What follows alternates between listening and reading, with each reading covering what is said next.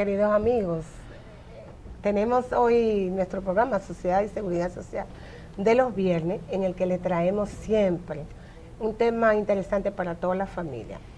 Antes de irnos a la pausa, hacía el comentario de que hoy es el día 4 de febrero, ¿verdad, Matos? Estamos a 4. Sí. Pues cada 4 de febrero se celebra el Día Mundial del Cáncer.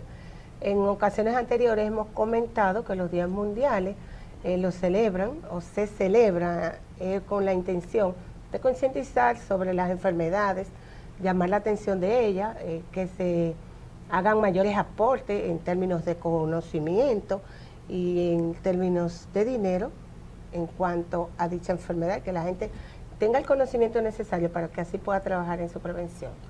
Pues nosotros el día de hoy vamos a abordar el tema del cáncer, pero de una forma diferente al que usted la ha visto que la han estado abordando en toda la semana. Pues no es desde la parte médica de cómo el cáncer afecta al organismo, sino de la parte cómo el cáncer afecta de manera emocional al afectado y a la familia.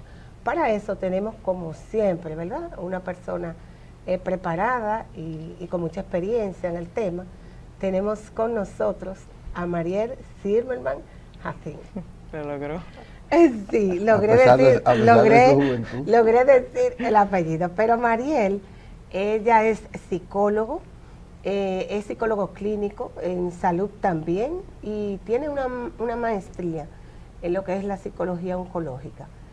Por eso la propiedad que ella tiene para hablarnos del tema hoy.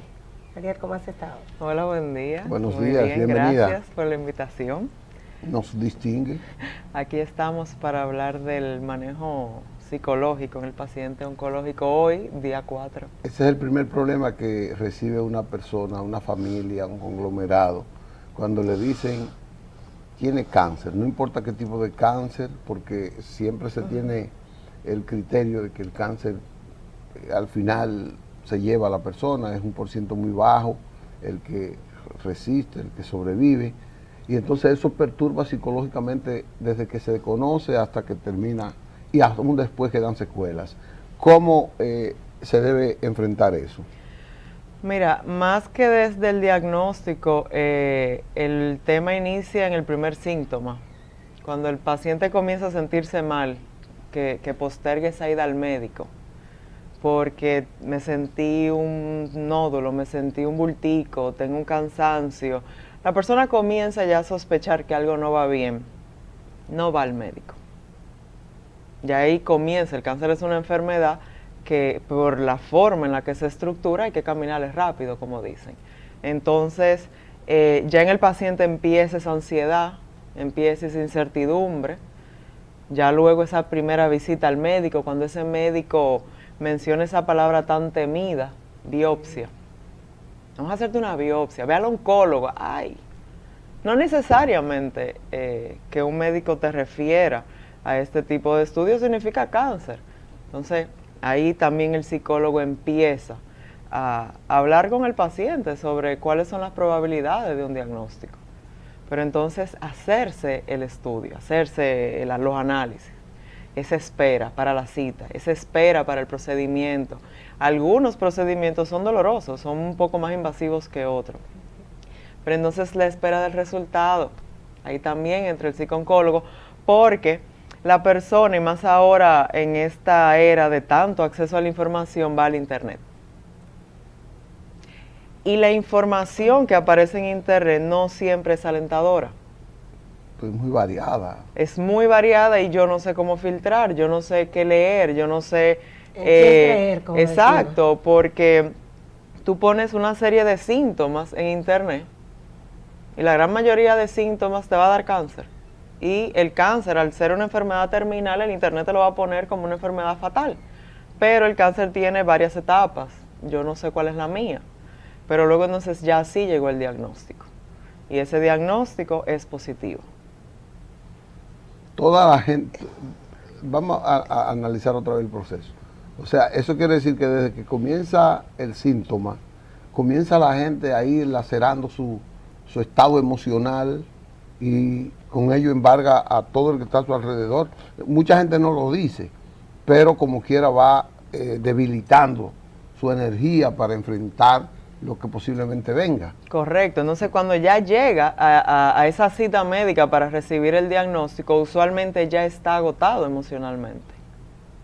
Y entonces ahí entra la forma en cómo se le da el diagnóstico, que vio los análisis y lo buscó en internet, que se lo mandó a alguien, mira, chequéame esto. A veces la forma en la que recibe, mira, un positivo, y no se le da el permiso al paciente de procesar esa información. Entonces, ¿qué sucede? Que cuando se recibe el positivo, el tiempo entre el positivo y el tratamiento debe ser corto. O sea, lo ideal es iniciar el tratamiento lo más pronto posible y el paciente no tiene tiempo de procesar eso. Y a la persona diagnosticada de cáncer hay que crearle un espacio para permitirle ventilar esas emociones, incluso que sean emociones... Un espacio de tiempo. Claro. ¿Por qué entra el psicólogo? Porque el psicólogo tiene las herramientas para lograr que todas las etapas, porque el paciente va a pasar unas etapas del duelo, primero un shock, que es muy necesario. Perdón, Mariel, justamente a eso que tú te estás refiriendo, nosotros tenemos el testimonio de una persona afectada. Vamos a escuchar un poquito para que tú continúes justamente Perfecto. ahí donde tú estás puntualizando esa parte.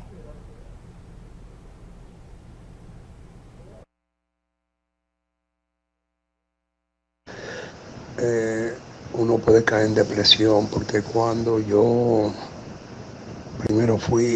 primero detecté que había un problema con mi garganta, que pienso que muchas veces el cáncer que está en otro lado del cuerpo, tal vez uno no lo identifica con tiempo, y puede ser por eso es que hay muchas personas que llegan a una etapa 2, etapa 3, cuando vayan a ver al doctor, ahí es que se dan cuenta de la situación o la cáncer.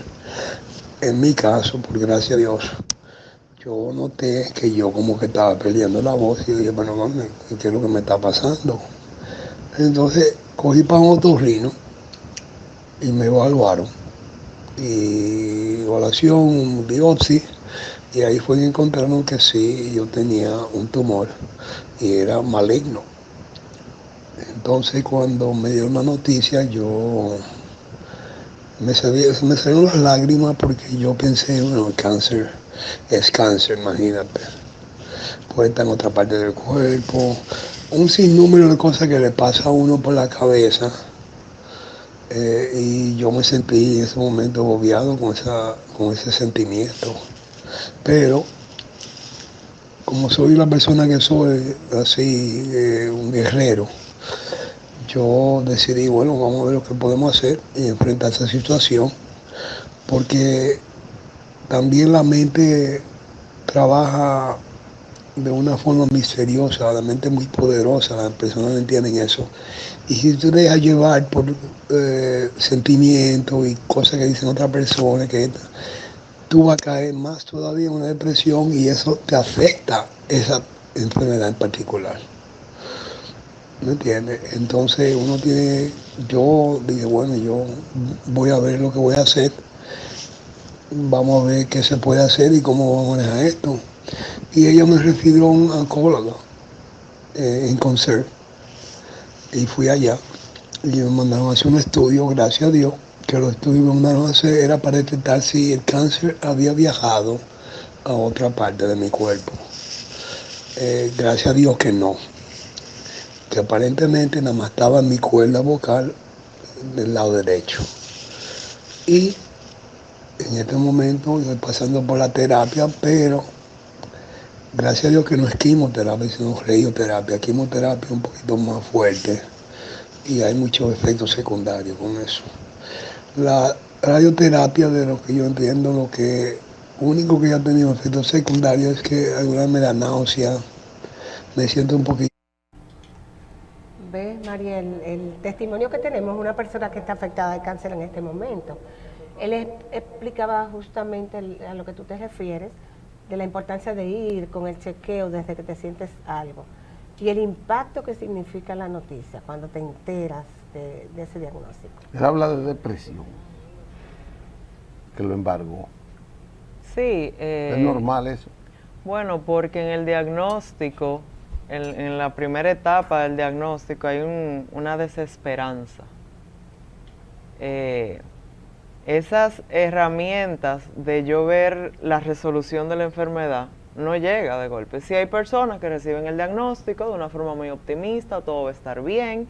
Eso va a depender de quién es esa persona antes de la enfermedad. Porque si es una persona que antes de la enfermedad tendía a una depresión o ha tenido en su familia historia de cáncer y ha visto lo que es un paciente de cáncer, por ejemplo, en esas mujeres donde hay cáncer de mama en la familia, que lo ha vivido con la abuela, con la madre, con la tía, ahora me toca a mí, ya yo sé a lo que voy.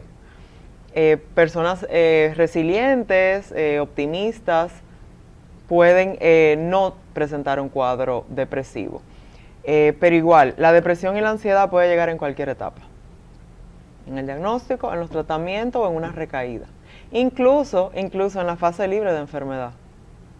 En la fase libre de enfermedad se ve mucha ansiedad porque yo no sé cuándo el cáncer vuelva. Sí, justamente uno, algo de lo que él dice eso, puede volver en cualquier órgano, tú no sabes la incertidumbre de si solamente está en una parte de tu cuerpo o en qué otra parte de tu cuerpo está. Y justamente tú decías sobre la persona fuerte, resiliente, pero evidentemente que es una noticia que hasta el más fuerte, hasta el más resiliente, pues le afecta y se quiebra, porque en el caso de la persona que escuchamos ahora su testimonio, él dice que él es una persona guerrera, pero que al momento de dar la noticia, evidentemente, él se sintió muy afectado emocionalmente.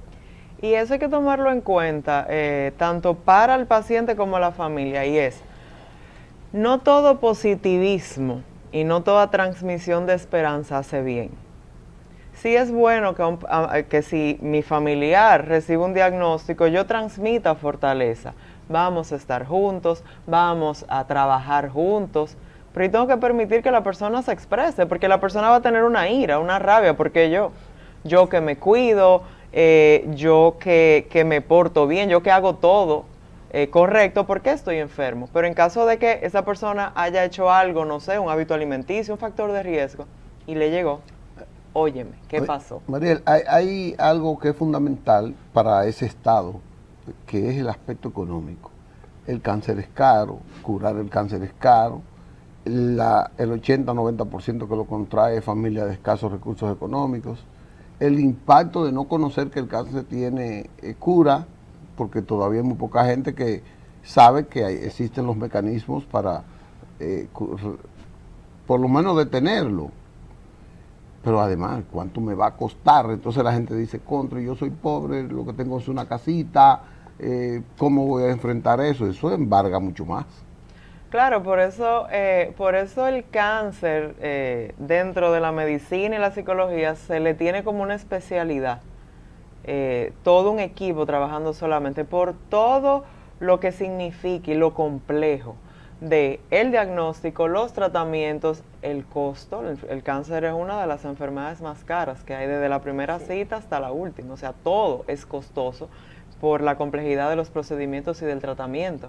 Entonces, muchos pacientes, no importa la clase económica en la que esté, sabe que económicamente va a ser una carga. Antes de entrar a tu segmento, estamos hablando de la seguridad social en Europa.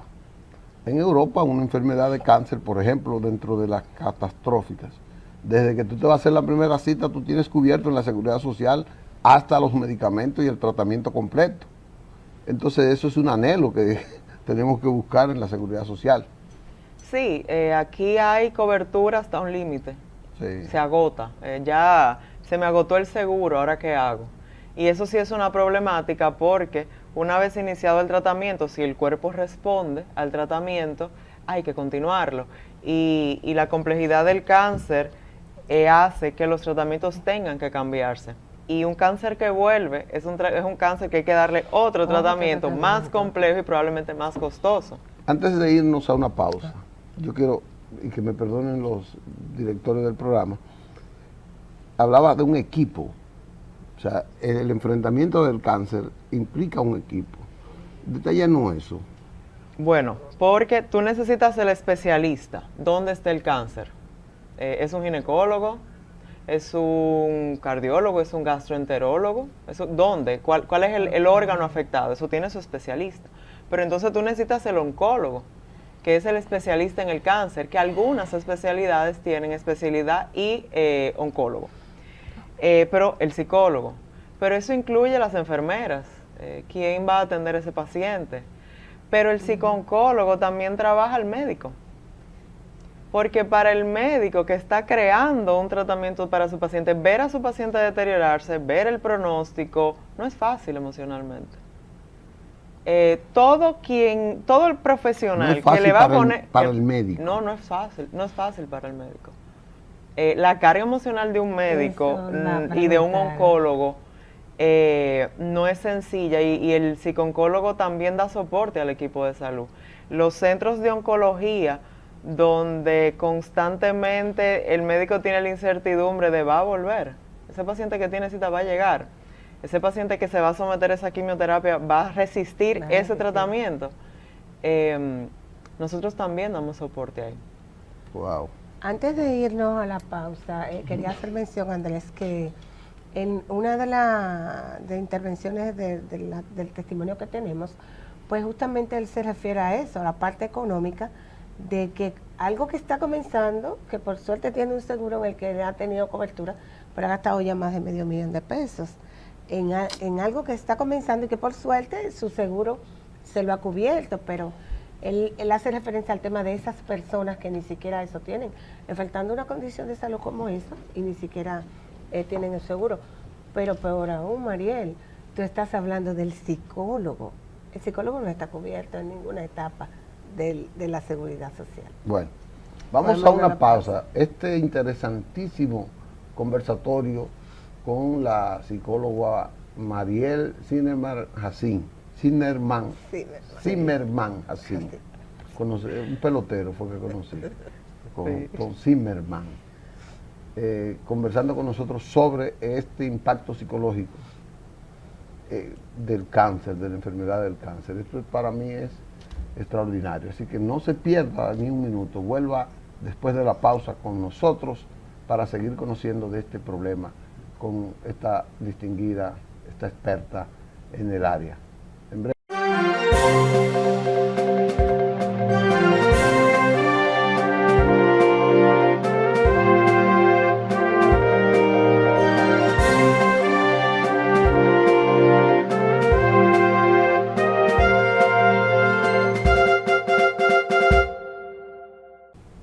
Continuamos en nuestro programa, en su programa, Periodismo en Sociedad, pero en la sección de los viernes, Sociedad y Seguridad Social. Nosotros dejamos el tema aquí, así como un poquito caliente, cuando yo le mencioné a Mariel lo de la cobertura de las ARS en salud y sobre todo en el tema catastrófico, porque los temas, cuando hablamos de catastróficos, es la designación que se les da a las enfermedades de alto costo, que ahora ya no se le está diciendo catastrófica, pero sí de alto costo porque generan un alto gasto de bolsillo para los pacientes. A María yo le decía, ¿verdad?, que el tema del gasto, de que el psicólogo no está incluido en la seguridad social. Entonces, Mariel me decía que sí, fue que sí, Mariel, tú me decías que está incluido. Sí, está incluido. En la parte privada se trabaja el reembolso. En la parte pública, en los hospitales públicos que tienen un departamento de salud mental, sí.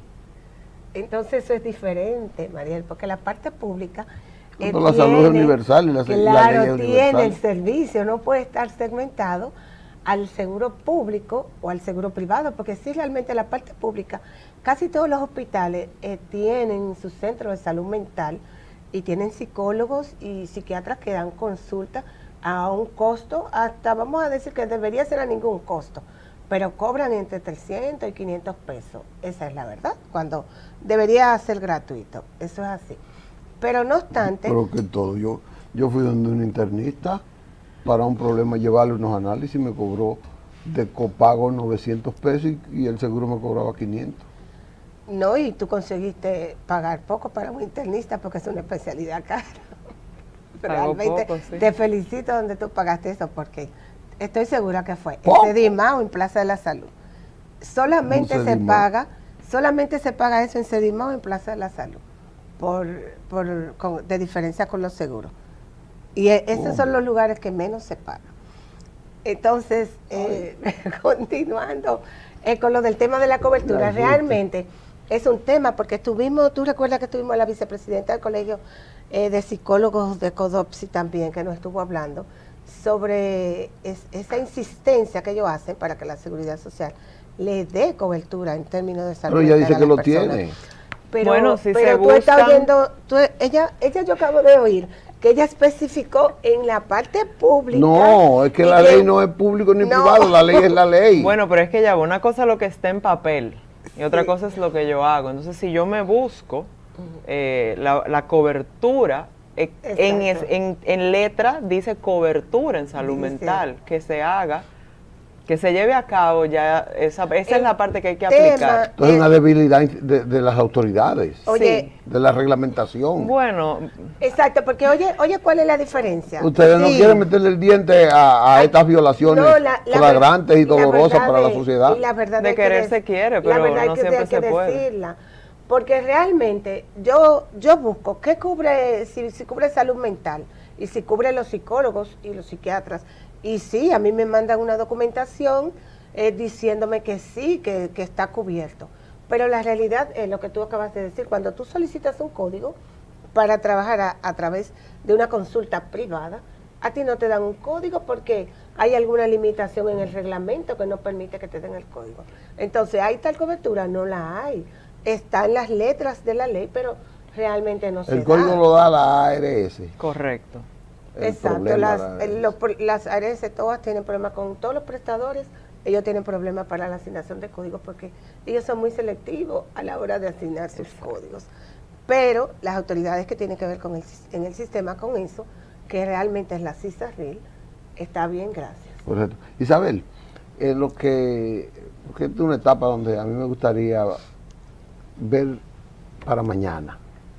Si Mariel fuera la encargada de salud mental del Ministerio de Salud, para este caso, ¿qué ella cree, cómo se puede enfrentar que reduzca una medida o un plan que reduzca el impacto de esta noticia en la familia con la intervención del psicólogo, del psiquiatra o de quien sea?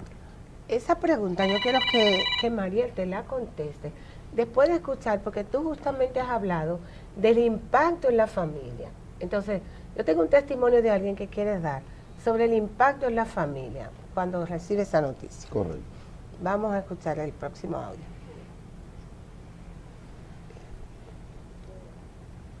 Bueno, en cuanto a lo emocional, uno se siente muy mal al recibir una noticia tan desagradable, porque cuando se habla de cáncer, sabemos que las posibilidades de esa persona amada sobrevivir es muy mínima. Y realmente eso cambia la vida por completo al momento de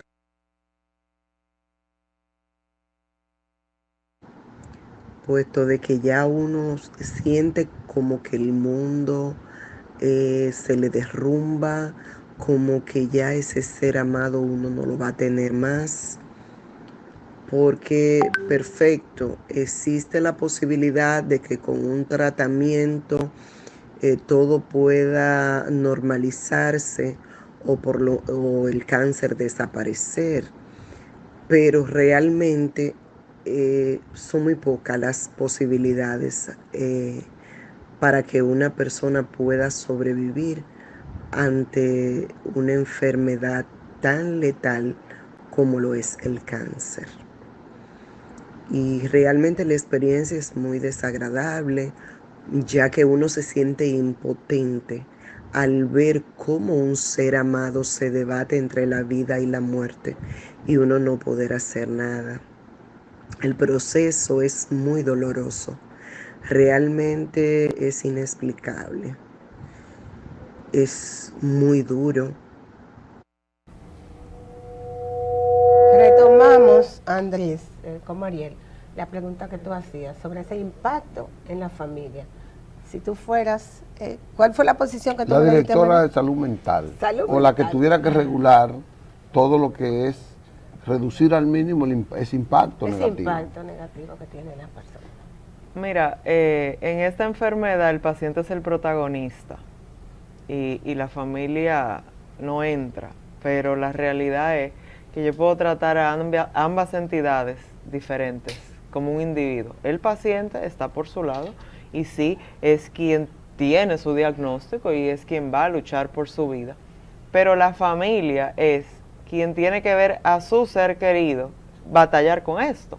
Entonces la familia, el paciente se le permite prácticamente todo, todas las emociones, se le cuida, se le permite la rabia, incluso la negación al tratamiento, ¿no? Vamos a llevarte al médico y tal. Pero la familia, tú no puedes llorar porque no eres tú que tienes el diagnóstico. Tú tienes que ser fuerte por tu ser querido, porque él te necesita. No te quejes, ¿de qué te quejas? Tu familiar es el que está mal. Pero la familia es quien tiene esa incertidumbre, porque el paciente, cuando entra en la fase de tratamiento, porque ya se le ha dado ese acompañamiento, porque ya está seguro de lo que va a hacer, entra en control de la enfermedad, un control relativo, porque ya sabe la cita, cuál es el siguiente paso, yo voy a mantener una actitud positiva, voy a cambiar la dieta, voy a hacer ejercicio, y está ahí como entretenido y entrotado en recuperarse. Y la familia, como decía el testimonio, es incertidumbre, ¿qué va a pasar? ¿Se bebió el medicamento? ¿Está bien? ¿Qué hago por ti? ¿Cómo te ayudo? No se le permite expresarse y la familia tiene que expresarse. La familia incluso hay que darle ese espacio privado de expresar el agotamiento, la parte económica, el cuidar a un paciente oncológico. No siempre por yo ser fuerte te estoy ayudando, porque ¿qué pasa con esas familias que no quieren hablar de la enfermedad porque aquí todos tenemos que ser fuertes? No hablen de eso para que la abuela no sufra, no hable de eso para que mamá no se dé cuenta. Que el paciente dice, pero ven acá, yo no importo. Nadie habla de esto. O sea, yo tengo una enfermedad y nadie se me sienta a preguntarme cómo yo estoy. Yo no veo a mis familiares afectados. O sea, a veces el paciente también necesita saber que todos estamos en esto. No todo es un positivismo, vamos, tú puedes. Hay días que yo no puedo y tengo que poder decir que no puedo. Yo no quiero esta enfermedad. Yo estoy agradecido de tener acceso al tratamiento, pero yo no quiero esta enfermedad. Y que la familia también pueda decir, yo no quiero que te vayas. Porque la familia todos los días se levanta y no sabe hasta cuándo va a tener a su familiar aquí. Y es como una despedida larga. Y es un, ¿qué va a pasar cuando no estés? Hay cosas que la familia también tenemos que intervenir. Imagínate que quien tiene la enfermedad es una figura de autoridad en la familia. Era quien se encargaba de la parte económica, del sustento, de dar las reglas. ¿Quién lo va a hacer? ¿Quién se va a encargar ahora de sostener a la familia? Pero si por el contrario quien se enferma es, como decimos nosotros, una figura de afecto, esa madre, el que estaba pendiente de sus hijos, ella la que gestiona la comida, ¿quién lo va a hacer? ¿Quién se va a encargar? ¿Quién va a tomar el control? ¿Esa inseguridad? Exacto, y todo eso, la familia necesita ese espacio para hacerlo, con grupos de apoyo, con terapias individuales, con terapias familiares, y que pueda decirlo en voz alta. El ser humano necesita externar, sacar lo que tiene dentro. No todo yo puedo lograrlo con el poder del pensamiento. Piensa en positivo. Yo le digo eso a un paciente oncológico o a un familiar de un paciente oncológico, y eso es invalidar completamente lo que está sintiendo. Y eso de ponte en el lugar del otro, no, porque un diagnóstico de cáncer es imposible imaginárselo. Porque un diagnóstico... Es muy variado también. Sí, y tú te pudieras imaginar, imagínate, tú puedes empatizar con una persona que se ha caído, que ha sufrido un atraco, que lo han despedido del trabajo, porque son cosas que tenemos muy cerca. El diagnóstico de una enfermedad terminal rompe como ese sentido de inmortalidad que tiene el ser humano, de que eso le pasa a todo el mundo, el cáncer existe, es la segunda causa de muerte, pero a mí no me va a dar. No, a mí no me va a dar, yo me cuido, porque a mí no. Uno no anda pensando en esas cosas. Cuando te da, te rompes. Y rompe la familia. Llega lo inesperado. Exacto. Una muerte inesperada y trágica supone psicológicamente otros mecanismos, pero tú te levantaste con el choque. Un diagnóstico de cáncer es un camino muy largo muchas veces. A veces lento. Sí. Y cuando es corto es muy trágico. O sea, mi mamá estaba bien hoy y ya mañana no. O sea, ver a tu familiar deteriorarse de esa forma, porque incluso cuando el cáncer remite, el camino a la remisión es muy impactante. Entonces la familia queda con ese trauma. No importa si el paciente haya sobrevivido o no, cómo vi a mi familiar sufrir, porque sí, los tratamientos de cáncer, y por eso se le teme tanto a la enfermedad, son muy mutilantes. Mariel, tengo dos inquietudes. Dicen que la energía en función del positivismo, tú eres fuerte, tiene que el 80% de las enfermedades son psicológicas. Dicen. ¿Qué tanto tiene eso de certeza o cómo eso puede influir en la detención de un cáncer, en la cura de un cáncer? Y precisamente eso es lo que trabajo, no solamente con el cáncer, sino como todo lo que yo callo, mi cuerpo lo habla. Hay muchas enfermedades que son provocadas por una mala gestión emocional, que no es lo mismo que esas enfermedades que no son reales, o sea, esas personas que están buscando una enfermedad. Un pique te puede dar un dolor de cabeza. El dolor de cabeza es real, pero ¿por qué dio? Bueno, por un pique. Sí, una mala gestión emocional, estas personas que no conectan con sus emociones, que no externan sus emociones, que no resuelven sus emociones, son personas propensas. No es que le va a dar, son propensas, porque en el desarrollo del cáncer yo tengo esos factores predisponentes que son las herencias. Hay familias que sus miembros sufren de un cáncer determinado. Y hay tipos de cáncer que son más hereditarios que otros, como por ejemplo el cáncer de mama, que también tiene su propia campaña por esto. Pero yo tengo factores de riesgos, que son la alimentación, el ejercicio y la parte emocional.